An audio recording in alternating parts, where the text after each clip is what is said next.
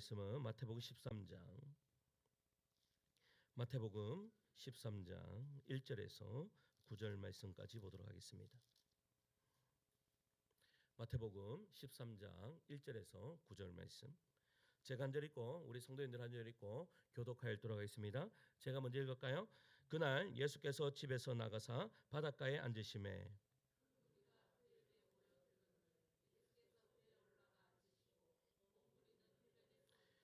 예수께서 비유로 여러 가지를 그들에게 말씀하여 이르시되 씨를 뿌리는 자가 뿌리러 나가서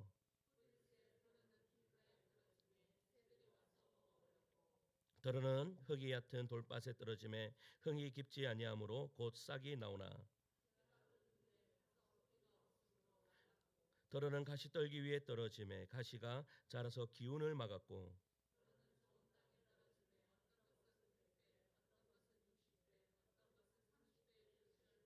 함께 읽을까요? 귀 있는 자는 들으라 하시니라. 아멘. 할렐루야. 예수는 사랑무만 아멘 하시겠습니다. 아멘. 여러분, 오늘 우리 송구 영신 예배 옆에 앉아 있는 영원한 가족, 우리 영원한 가족을 뭐라고 하죠? 영가족이라고 합니다. 우리 영원한 가족에게 이렇게 인사해 봅시다. 주님의 이름으로 사랑합니다. 이렇게 인사할까요? 주님의 이름으로 사랑합니다. 우리 하늘다운교회는요, 절대 포기할 수 없는 한 가지가 있습니다. 그게 뭔가 하면 저는 사랑이라고 믿습니다. 한 번 더 인사합시다. 당신을 포기하지 않는 사랑으로 사랑하겠습니다. 이렇게 인사할까요? 당신을 포기하지 않는 사랑으로 사랑하겠습니다. 사랑하는 성도 여러분, 새해라는 시간은요, 언제나 우리의 마음을 조금 특별하게 만들어주죠. 달력이 한 장 넘어갔을 뿐인데 여러분, 왠지 모르게 다시 시작해야 될 것 같고, 또 어제까지는 안 될 것 같던 일도 오늘은 가능할 것 같은 그러한 기분이 드는 것이 바로 새해입니다. 그래서 새해가 되면 사람들은 이런 결심을 하죠. 올해는 운동 좀 해야 되겠다. 올해는 책을 좀 읽어야 되겠다. 올해는 살을 좀 빼야지. 그런데 재밌는 사실이 있습니다. 그게 뭐죠? 통계에 따르면 여러분, 새해 결심의 대부분은 1월 셋째 주만 되면 다 끝이 난다라고 이야기를 합니다. 여러분, 헬스장에 가면요, 1월 초 되면 저도 그런 경험들이 있습니다. 예전에 보니까요, 한 1년에 18만 원 정도 하더라고요. 1년에 18만 원. 그래서요, 목사님들하고 가서, 친구 목사님들하고 가서요, 왕창 다 끊었습니다. 제가 며칠 갔는 줄 아십니까? 15일 갔습니다. 15일 많이 갔습니다. 1월 달에 15일 가고 그 다음부터는 간 일이 없습니다. 얼마나 돈이 아깝던지. 여러분, 헬스장에 가면요, 1월 초 되면 사람들로 막 미어터집니다. 그런데 2월이 되면 어떤 줄 아십니까? 운동이 좋아하는 사람들만 남겨져 있습니다. 여러분, 다이어트 식단도 마찬가지입니다. 이제 다이어트를 해야지 싶어서 이제 풀만 막 이렇게 한 그릇 사놓죠. 그런데 한 3일 먹고 나면 뭐라고 이야기하죠? 이건 내 체질이 아니야 하면서 다 집어 던지는 그러한 결과를 가지고 옵니다. 여러분, 왜 그럴까요? 의지가 부족해서 그렇습니까? 여러분, 아닙니다.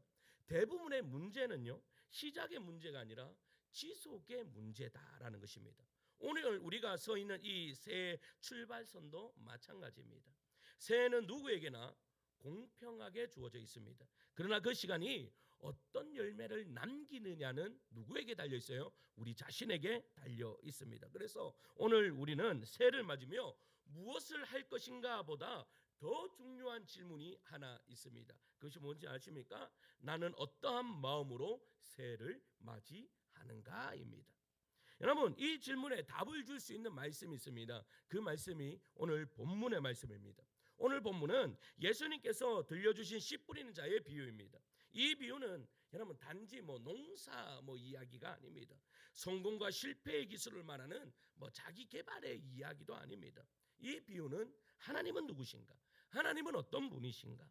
하나님의 말씀이 어떠한 능력을 지니고 있는가? 그리고 우리가 어떤 존재로 부르심을 받았는가를 이야기하는 그러한 말씀입니다. 특별히 이 말씀은요, 한 해를 보내고 또 새해를 맞이하는 이 시점에서 우리의 마음을 점검할 수 있는 말씀입니다. 예수님은 얼마나 많은 씨를 뿌렸느냐, 얼마나 열심히 살았느냐고 묻지 않으십니다. 대신 이렇게 물으시죠. 그 씨를 받을 마음밭이 준비되어 있는가? 그러니까 새해를 맞이하는 우리에게 마음의 밭이 준비되어 있는가를 묻고 계시는 거예요. 오늘 이 말씀을 통해 한 해를 돌아보고 새해를 소망함으로 맞이하며 말씀의 씨를 품을 좋은 땅의 인생으로 다시 서는 저와 여러분들이 되시기를 간절히 축원합니다. 한번 첫째는 따라할까요? 하나님은 다시 씨를 뿌리신다. 한 번만 더 따라합시다. 하나님은 다시 씨를 뿌리신다. 여러분, 씨 뿌리는 자의 비유를 읽을 때 우리는 가장 먼저 주목해야 할 말씀이 있습니다. 여러분, 어떠한 장면을 주목해야 하는가 하면 어디에 떨어졌는가가 아닙니다. 우리는 이 씨 뿌리는 비유를 하다 보면 읽다 보면 어느 땅에 떨어졌는가에 더 관심을 가집니다. 그러나 여러분, 성경은요, 누구를 소개하는 책입니까? 하나님을 소개하는 책입니다. 앞에 있는 목사도 여러분 그 다른 이야기를 하는 것이 아니라 하나님의 이야기를 하는 사람입니다. 그러니까 오늘 본문에서 가장 중요한 것은 씨 뿌리는 자의 성품을 우리는 알아야 된다라는 것이죠. 예수님은 이렇게 말씀하십니다. 우리 3절 말씀을 읽을까요? 3절입니다. 시작. 예수께서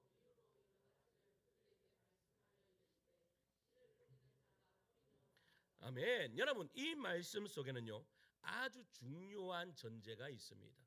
여러분, 씨 뿌리는 자는 가만히 기다리는 분이 아닙니다. 여러분, 우리가 다른 종교를 보세요. 다른 종교를 보면 어떻습니까? 여러분, 그들은 기다립니다. 기다려요. 여러분, 그냥 너희들이 와서 섬겨라라는 것입니다. 절대 신이 먼저 인간을 찾아가는 법이 없습니다. 그러나 오늘 농부는 씨를 뿌리러 이 농부가 직접 어디에요? 밭으로 나아가는 것을 발견하게 된다라는 사실입니다. 이 농부는요 밭을 가리지 않습니다. 어디에다가 뿌립니까? 그런데 신기하게도요 4가지 밭에다가 뿌리는데 첫째는 길가에 뿌립니다. 둘째는 어디에 뿌리죠? 돌밭에 뿌립니다. 세 번째는 어디에 뿌립니까? 가시떨기에 뿌립니다. 네 번째는요 좋은 땅에 여러분 뿌립니다. 여러분, 상식적으로는 얼마나 비효율적인 이야기입니까?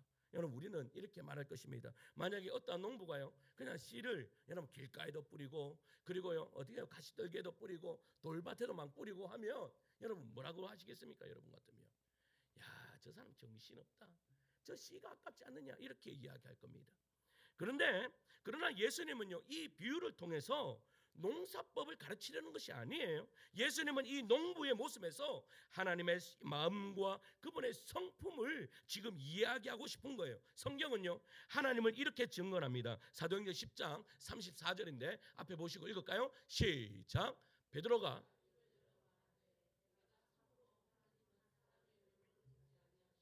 여러분, 하나님은 사람의 외모를 보시지 않고 어디를 볼까요? 중심을 보시는 거예요. 마음을 보시는 거예요. 그리고 마태복음 5장 45절이에요. 같이 읽습니다. 시작. 이같이 한즉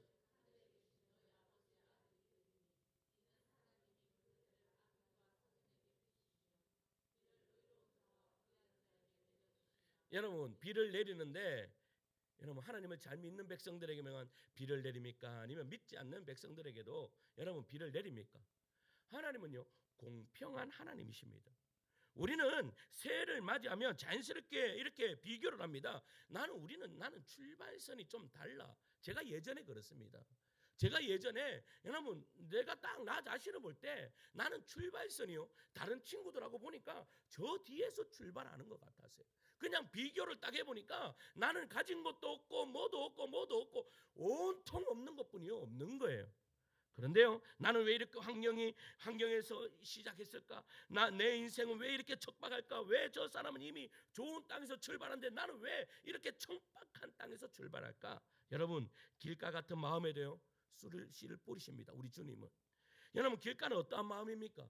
여러분 말씀이 들어와도 금세 사라져버리는 완악한 심령이에요. 그런데 하나님께서는 그 완악한 심령에도 지금 뭐를 하시는 거예요? 씨를 뿌리시는 거예요. 씨를 뿌리시는 거예요. 두 번째는요 돌밭 같은 인생입니다. 감정은 있지만 뿌리가 얕아서 여러분 신앙이 들어가지 않아요. 근데 신앙이 들어가지 않는데도 우리 하나님은 씨를 뿌려요, 안 뿌려요? 씨를 뿌리십니다. 가시떨기 같은 여러분 상황 속에서도 염려와 걱정과 현실의 무게에 눌린 그러한 사람들 가운데서도 여러분 그 사람에게 뭐를 뿌리십니까? 씨를 뿌리십니다. 여러분, 이것이 바로 하나님의 자비입니다. 우리는 비교를 하죠. 우리는 사람의 상황을 보고 비교를 합니다. 그런데 우리 하나님은 여러분 비교하지 않으신 분이십니다. 우리 하나님은 그 누구에게나 동일하게 하나님은 복 주시는 하나님이실 줄 믿습니다. 이것이 바로 하나님의 자비입니다. 우리의 상태보다, 우리의 가능성보다 하나님의 사랑은 더 큽니다. 그래서요, 여러분들은 여러분 상을 보지 마시고 하나님의 사랑을 여러분 바라볼 수 있는 우리 성도님들 되시기를 간절히 축원합니다. 하나님의 사랑은요, 모든 것을 다 덮습니다. 나의 불평의 입도 덮고, 나의 상도 덮고, 내가 내 힘으로 할 수 없는 모든 것까지 다 덮으시는 분이 우리 하나님이실 줄 믿습니다. 그래서 예레미야 애가 3장 22절에서 23절은 이렇게 이야기합니다. 같이 읽을까요? 시작. 여호와의 인자와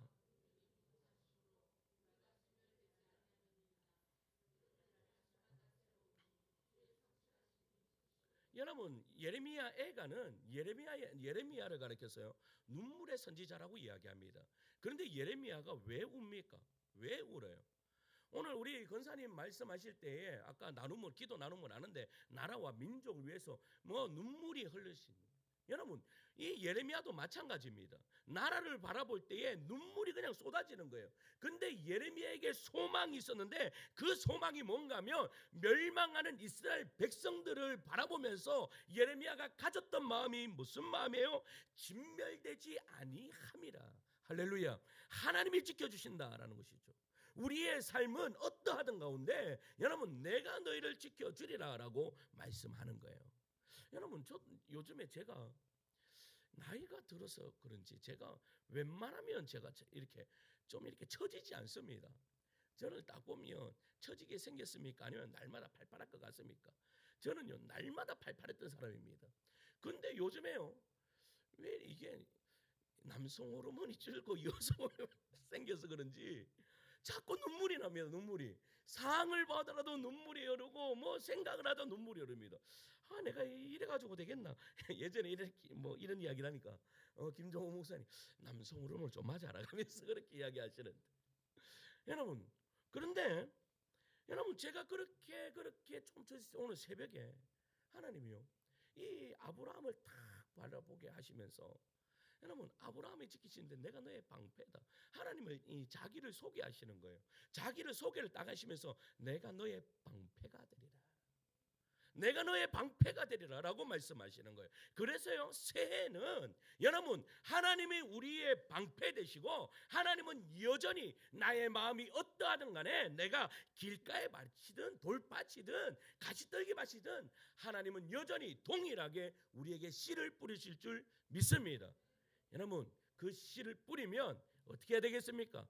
그 씨를 받으면 되는 것입니다. 그래서요 그 씨를 받을 때 여러분 우리는 서로를 비교하고 여러분 나의 상황을 한탄하는 것이 아니라 감사로 바꾸어 버리는 그러한 은혜가 있기를 소망합니다. 그래서요 이렇게 이야기했으면 좋겠습니다. 하나님 또 한 해를 주셔서 감사합니다. 하나님 여전히 제 인생을 포기하지 않으셔서 감사합니다. 하나님 오늘도 제 마음밭에 씨를 뿌려주셔서 감사합니다. 이 마음이 여러분들 마음 되기를 간절히 소망합니다.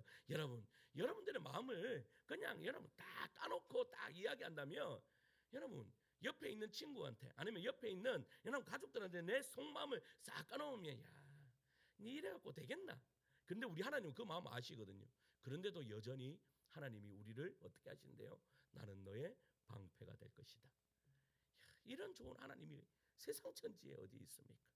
여러분 오늘은 더 잘해야지보다 하나님 다시 나에게 찾아오셔서 씨를 뿌려 주시옵소서.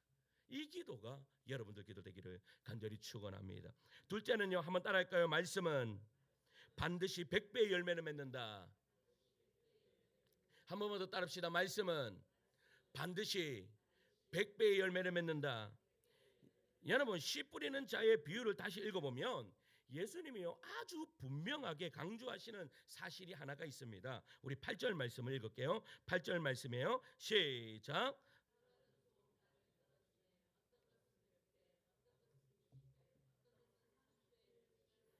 여러분 100배, 60배, 30배의 결실을 맺는데요. 그런데 여러분 문제는 씨입니까? 아니면 밭입니까? 문제는 밭입니다. 네 가지 밭에 똑같이 씨를 뿌려줬습니다. 씨의 종류가 달랐을까요? 그렇지 않습니다. 여러분, 씨의 품질이 달랐던 것도 아닙니다. 차이는 오직 하나, 그 씨를 받아들이는 태도였다라는 것입니다. 좋은 땅에 떨어진 씨는 100배, 60배, 30배의 결실을 맺었습니다. 이는 씨 안에 뭐가 있다라는 말입니까? 풍성한 생명력이 있다라는 말입니다. 여러분, 그렇다면 우리가 한번 생각해 볼 필요가 있어요. 여러분, 예수님이 이 시를 이렇게 해석하십니다. 자, 19절 한 23절을 볼게요. 23절 말씀이에요. 시작. 좋은 땅에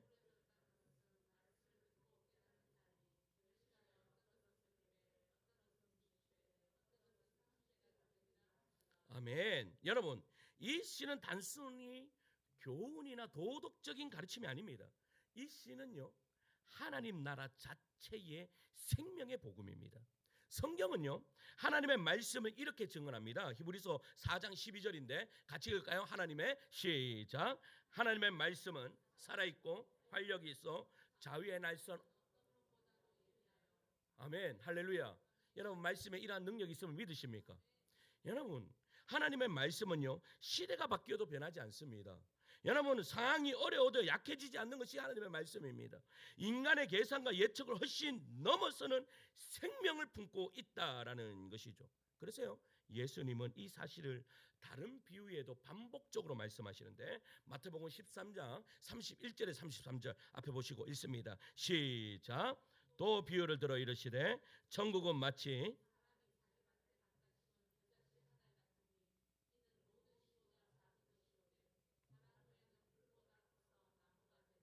공중의 새들이 와서 그 가지에 깃들이 있느니라. 또 비유로 말씀하시되 천국은 마치 아멘. 여러분, 겨자씨는요 작습니까? 작지 않습니까? 엄청 작습니다. 여러분, 이스라엘 가면 겨자씨를 이렇게 한 봉지 파는데 보면요, 이 깨보다 더 작아요. 근데 누룩은요, 눈에 잘 띕니까? 누룩은 또 띄지 않습니다.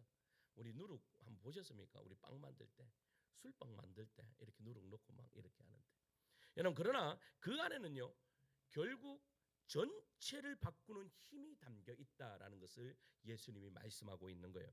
그럼에도 불구하고 우리는요 종종 하나님의 말씀을요 별것 아니라고 생각할 때가 참으로 많습니다. 여러분, 이 말씀이 현실로 무슨 도움이 될까? 여러분, 우리는 이러한 생각을 합니다. 오늘도 우리가 말씀을 듣습니다. 말씀을 듣는데 이 말씀이 내가 생활하는 거하고 무슨 관계가 있는가, 이런 고민들이 들 때가 있습니다. 제가 예전에 청년들하고 모임을 할 때 이런 질문을 했습니다. 예수 잘 믿는 거하고 내가 잘 사는 거하고 연관이 있을까요, 없을까요? 여러분, 신앙생활을 잘 하는 것과 내가 어떻게 해요? 생활적으로 잘 먹고 잘 사는 거하고 어떤 관계가 있을까요? 관계가 있을까요, 없을까요? 내가 신앙생활 잘하면 잘 먹고 잘 살 수 있습니까, 없습니까? 응? 잘 먹고 잘 살 수 있을까요, 없을까요? 응? 있습니까? 응? 할렐루야. 저는요 그것을 확실하게 믿습니다. 여러분 보세요. 우리는 우리의 인생에서 어떠한 선택을 하느냐에 따라서 완전히 다른 삶을 삽니다.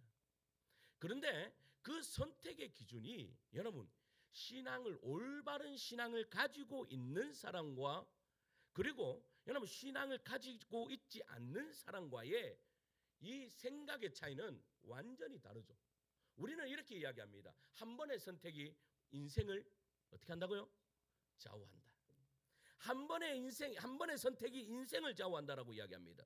그런데요, 여러분, 그 선택하는 데 있어 내가 하나님의 말씀대로 내가 선택했을 때에 주님께서 주시는 그런 놀라운 은혜를 경험해 봐야 됩니다. 우리가 경험해 보지 못하니까 목사님, 그 말씀하고 나하고 무슨 상관이 있습니까? 오늘 내가 이 저녁 지금 12시가 다 되어 가는데 내가 이 말씀 듣는 거하고 내가 지금 먹고 사는 거하고 무슨 상관이 있습니까? 여러분, 그렇게 생각이 드십니까? 여러분, 착각하면 안 됩니다. 여러분, 오늘 말씀 제대로 들으면 여러분들의 인생이 펴지는 은혜의 역사가 이루어질 줄 믿습니다. 저는요 그것을 확실하게 믿는 사람입니다. 왜냐하면 내 인생이 그렇기 때문입니다. 내 인생이 하나님이 주시는 그 말씀 안에서 선택하고 그 말씀을 나의 삶의 어떻게 중심으로 모시고 그 말씀대로 내가 생활했을 때 나의 삶의 환경을 바꿔주시죠. 응?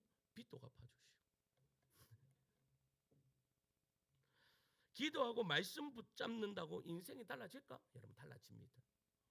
그래서 우리는 더 빠르고 더 즉각적인 결과를 주는 것처럼 보이는 세상을요 더 따라갑니다. 여러분 그러니까 우리는요 기다리지 뭐. 자, 씨를 뿌리면 여러분 씨를 뿌리면 바로 열매를 맺습니까? 못 맺습니까? 씨를 뿌리면요 절대 열매를 바로 못 맺습니다. 만약에 씨를 뿌리는데 바로 열매를 맺는다라고 하는 곳이 있다면 그것은 이단이고 그것은 잘못된 것입니다. 거기에 가면 여러분 다 쏙혀서 그냥 그냥 인생이 그냥 끝이 납니다. 여러분 우리는 올바른 이성을 가지고 우리는 신앙생활을 해야 됩니다. 그러면 올바른 이성이 뭐예요? 그것이 바로 예수님을 잘 믿는 것인데 우리가 이성적으로 생각했을 때 씨를 심으면 여러분 기다려야 됩니까? 기다리지 않아야 됩니까? 기다려야 됩니다. 기다릴 때에 여러분 거기에 싹이 나고 우미도 와서 거기에 열매를 맺는 은혜의 역사가 이루어지는 거죠. 그러니까 여러분 우리가 하나님의 말씀대로 살 때 즉각적인 것을 기대하시면 안 되는 거예요. 원칙은. 여러분 우리의 삶이 우리가 기도하는데 때로는 저한테 이렇게 와서 이야기합니다. 목사님 도대체 하나님은 내 기도를 안 들어주신다고. 그런데 그 기도를 왜 안 들어주십니까? 우리를 연단하시는 것입니다. 그 기도를 조금 참아라 하면서 우리를 연단하시고 그러나 즉각적으로 응답하실 때가 있습니다. 그것이 언제인 줄 아십니까? 여러분들의 마음이 무너져 있을 때, 여러분들이 너무나 힘들어할 때 그때는 하나님이 즉각적으로 찾아오셔서 나는 너의 방패다, 나는 너의 힘이다, 내가 너의 모든 것들을 지켜주리라. 할렐루야. 이렇게 즉각적으로 응답하시는 분이에요. 그게 바로 정말 우리가 믿는 하나님이시다라는 사실입니다. 여러분 처음과 마지막을 바꾸는 힘은 말씀에 있습니다. 그래서 시편 119편 105절 말씀, 오늘 우리가 축복된 말씀을 합시다 했을 때 가장 많이 나온 말씀이 뭡니까? 주의 말씀은 내 발의 등이요 내 길의 빛이니이다. 여러분 말씀이 내 발의 등 맞습니까? 내 길의 빛 맞습니까? 여러분들이 가는 길을 비춰주셨습니까? 비춰줬는데 비춰줬다 하는 거 아이가? 여러분 경험을 하셔야 됩니다. 경험을 하시려면 어떻게 하셔야 되겠습니까? 내가 어떻게 해요? 뿌려야 됩니다. 씨를 심어놔야 됩니다. 그리고 기다려야 됩니다. 제가요 기다렸더니 하나님이 주시는 은혜가 있습니다. 하나님이 주시는데요. 그런데 이걸 아셔야 됩니다. 하나님이 주시기로 작정하시면 여러분 감당하지 못하게 주시는 은혜가 있습니다. 정말로 감당하지 못하게 주세요. 내가 이거 받아도 되나 싶을 정도로 주십니다. 그러니까 어떻게 해요?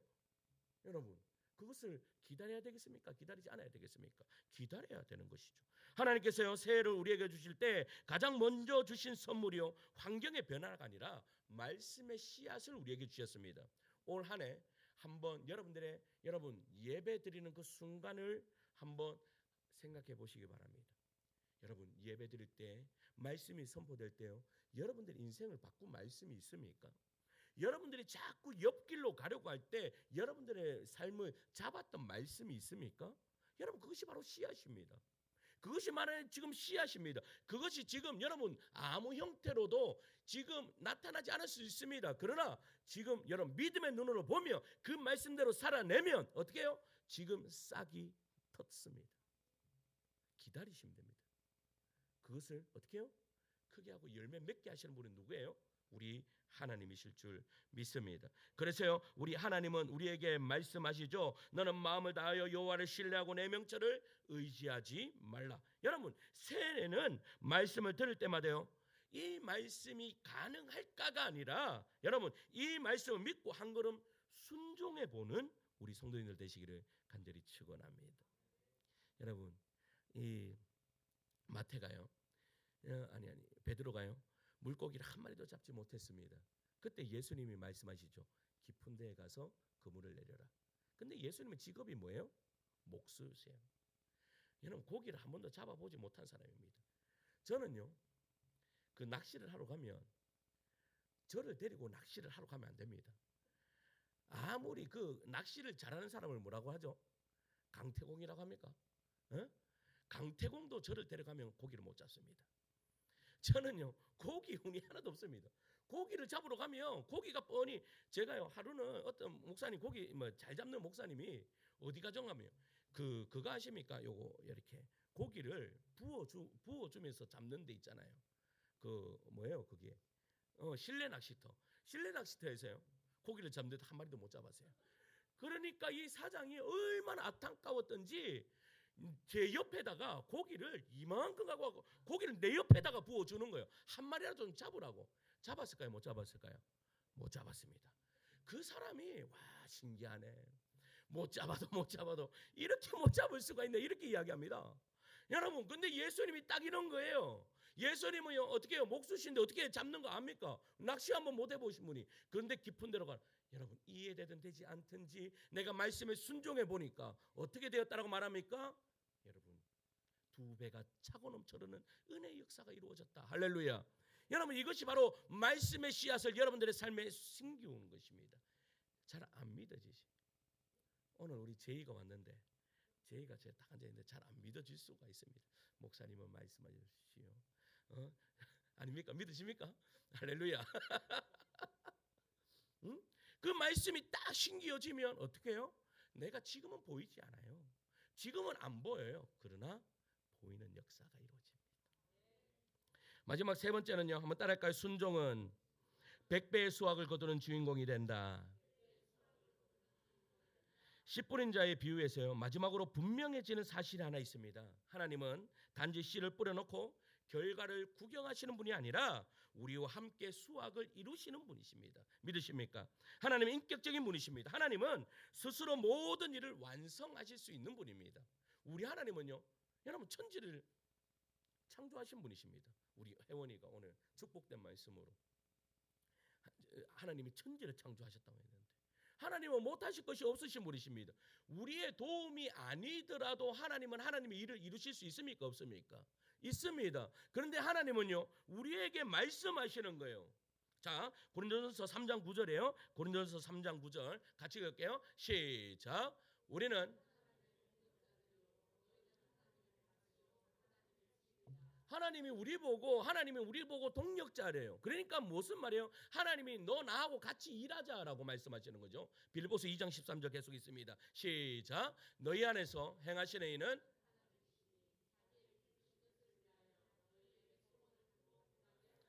아멘. 여러분 우리 안에 세를 행하신대요. 그러면서 우리 안에 일하시면서 우리가 일하시도록 만드시는 분이 누구시다? 우리 하나님이시다라고 말씀하시죠. 씨는요 이미 뿌려졌습니다. 여러분 생명은 씨 안에 이미 담겨 있습니다. 이제 남은 것이 가장 중요한 남은 것은 무엇일까요? 땅의 응답입니다. 땅이 응답입니다. 땅이 응답하는 게 뭐예요? 품는 것입니다. 여러분 땅이 하는 일 가장 큰 일이 뭔가 하면 하나님의 말씀을 듣고 그 말씀을 내가 품는 것입니다. 여러분 우리는 종종 이러한 오해를 합니다. 좋은 땅은 아무 문제가 없을 거라고 이야기합니다. 좋은 땅은 우리 조지 이사님 농사를 지으시잖아요. 농사 지으신데 거기 가면요 거름을 얼마나 많이 주는 줄 아십니까? 세상에 저도 못 먹어보는 거 그 안에 다 들어갑니다. 막 좋은 거, 약재부터 시작해갖고 좋은 거 다 들어갑니다. 저거 내가 먹으면 왜 될까 이래 싶을 정도로 좋은 거 다 들어갑니다. 여러분, 그런데 보세요. 그런데 그 땅은요, 낙동강에서 그 좋은 흙들이 다 모여 있는 그런 좋은 땅입니다. 좋은 땅입니다. 그런데도 그 좋은 땅 그냥 그대로 두면 됩니까? 안 됩니다.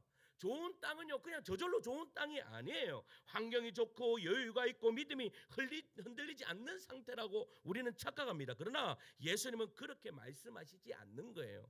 좋은 땅은요 기준이 단 하나입니다. 씨를 끝까지 품는 거예요. 여러분 자라도록 내어주는 땅이에요. 그러니까 내 안에서 계속해서 품는 거예요. 돌이 없어서 좋은 땅이 아니라, 가시가 전혀 없어서 좋은 땅이 아니라 씨를 버리지 않고 끝까지 붙들었기 때문에 좋은 땅인 거예요. 그래서 예수님은 이렇게 말씀하시죠. 마태복음 13장 23절입니다. 우리 상반절 말씀 같이 읽을까요? 시작. 좋은 땅에 뿌려졌다는 것은, 아멘. 여기서 깨닫다라는 말은 단순히 이해했다라는 말이 아니에요. 삶으로 받아들이고 살아낸다라는 그러한 뜻이죠. 하나님은요, 우리에게 이렇게 말씀하십니다. 너의 마음밭이 완벽하길 기대하지 않는다라고 말해요. 여러분, 우리가 착각하는 것은요, 하나님은 우리가요 완벽하기를 원해요. 그런데요, 그거 아세요? 완벽한 사람은 별로 맛이 없습니다. 아이들도요, 너무 완벽한 아이들은 맛이 없습니다. 조금 옆길로 가다가 와야 됩니다. 옆길로 가다가 와야 얘가요 좀 아가 정신 차리면서 좀 철이 드는 거예요. 그냥 어떻게 해요? 그냥 올바른 길로 계속 가면 여러분 나중에 옆길로 갑니다. 나중에. 응? 그러니까 모세 깨닫다라는 말이 무슨 말이에요? 완벽하기를 원하는 것이 아니라 다만 말씀을 버리지 말고 나를 신뢰하면서 순종하면서 따라와라 라고 말하는 거예요. 그러면 여기서 순종이란 말은 내 마음이 다 우러나서 순종하는 거예요? 그렇지 않습니다. 여러분, 내 마음에 의심이 드는 것들이 일어납니까? 안 일어납니까? 앞에 있는 목사는 성경 읽으면 다 아멘 할까요? 그러지 않습니다. 저도요, 성경 읽으면서 의심이 들 때가 있었습니다. 야, 이 말씀 정말로 맞는 말씀인가? 이 말씀 내가 도대체 이해가 안 간다. 우리 목사들 가끔씩 이렇게 뭐 내과에 놀러 가면, 자, 나를 따르라, 내가 무리를 걷겠다 하면서 그하면 물에 첨벙첨벙 들어가고 이런 장난을 칩니다. 그런데요, 여러분 이해가 갑니까? 무리를 걷는 게 이해가 가요? 여러분 이해가 안 간단 말이에요.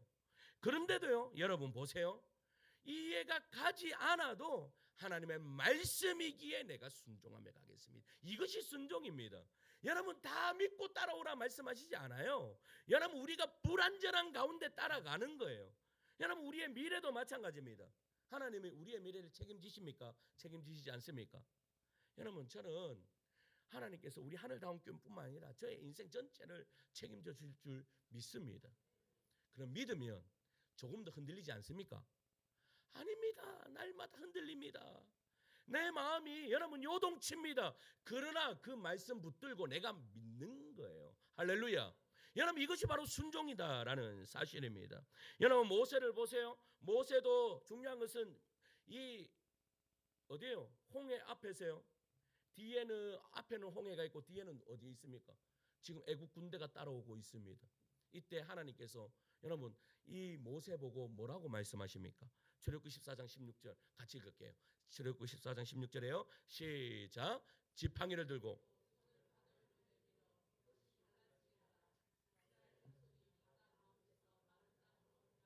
자, 여러분 이해가 갑니까? 여러분 뒤에 따라오고 하는데 여러분 이 지팡이를 내밀라라고 이야기해요. 이해가 가요? 근데 내밀었더니 역사가 일어나는 거예요. 이해되지 않아도 여러분 모세도 마찬가지였어요. 이해되지 않아도 가는 거예요. 가다 보니까 어떻게 해요? 역사가 일어나는 것이죠. 사랑하는 성도 여러분, 말씀을 맺겠습니다. 송구 영신의 시간은요 참 묘한 시간입니다. 아직 어제도 지나가지 않았고 아직 내일도 오지 않았습니다. 그 사이에 우리가 서 있어요. 이 시간에 하나님은 우리에게 올해 얼마나 잘 살았냐, 얼마나 많은 열매를 맺었냐라고 묻지 않으세요. 대신 하나님은 이렇게 묻고 계신 거예요. 내가 뿌린 씨를 너는 어떻게 됐느냐라고 말한 거예요. 지금 여러분 지금도 하나님의 말씀이 여러분의 삶에 떨어지고 있습니다. 그 떨어진 말씀을 네가 어떻게 대했느냐, 하나님의 말씀처럼 대했느냐, 아니면 그냥 울리는 꽹가리로 들었느냐라고 묻고 계시는 것이죠. 오늘 이 예배 자리에 지난 한 해 동안 말씀이 스쳐 지나간 적이 있습니까? 그때는 이해되지 않아 흘러보냈던 말씀이 있습니까? 지금 생각하면 그 말씀이 나를 이끌었는데 라는 그런 생각이 드십니까? 어느 농부의 이야기가 있습니다. 그 농부는요 매년 씨를 뿌렸지만 첫 해도 둘째 해도 셋째 해도요 수확이 거의 없었어요. 사람들이 말합니다. 그 밭은 안 되는 밭이야, 안 되는 밭이야. 괜히 씨만 버리는 거야. 그러나 여러분 그 농부는 밭을 포기하지 않았어요. 돌을 골라내고 가시를 뽑고 딱딱한 땅을 갈아 엎는 일을 멈추지 않았어요. 그리고 몇 해가 지난 뒤에 100배의 결실을 맺었습니다. 그러나 사람들은요, 가장 먼저 놀란 것은 밭이 아니라 농부의 인내였습니다. 그 농부가 이렇게 이야기했거든요. 밭이 바뀐 게 아닙니다. 내가 밭을 포기하지 않았습니다. 할렐루야. 오늘도요, 우리 하나님은 우리를 포기하지 않으십니다. 우리를 포기하지 않으시고 우리에게 씨앗을 뿌리시는 그 하나님을 어떻게 꽉 붙드는 여러분들 되기를 소망합니다. 근데 그 씨앗에 뭐가 있어요? 생명이 있어요. 우리의 인생을 살리는 능력이 있어요. 그 말씀을 꽉 붙드는 여러분들 되기를 소망합니다. 우리도 자신을 포기하지 않았으면 좋겠습니다. 하나님을 만나는 것을 포기하지 마십시오. 말씀을 포기하지 마십시오. 기도를 포기하지 마십시오. 순종을 포기하지 마십시오. 지금 현재의 신앙에 안주하지 마시고 포기하지 않고 씨를 품고 있으면 그 씨가요, 싹이 트고 딱딱한 땅을 뚫고 올라올 것입니다. 그리고 우리 안에 믿음이 싹 트는 은혜 역사가 이루어질 것입니다. 우리 예수님 말씀하십니다. 들을 귀 있는 자는 들을지어다.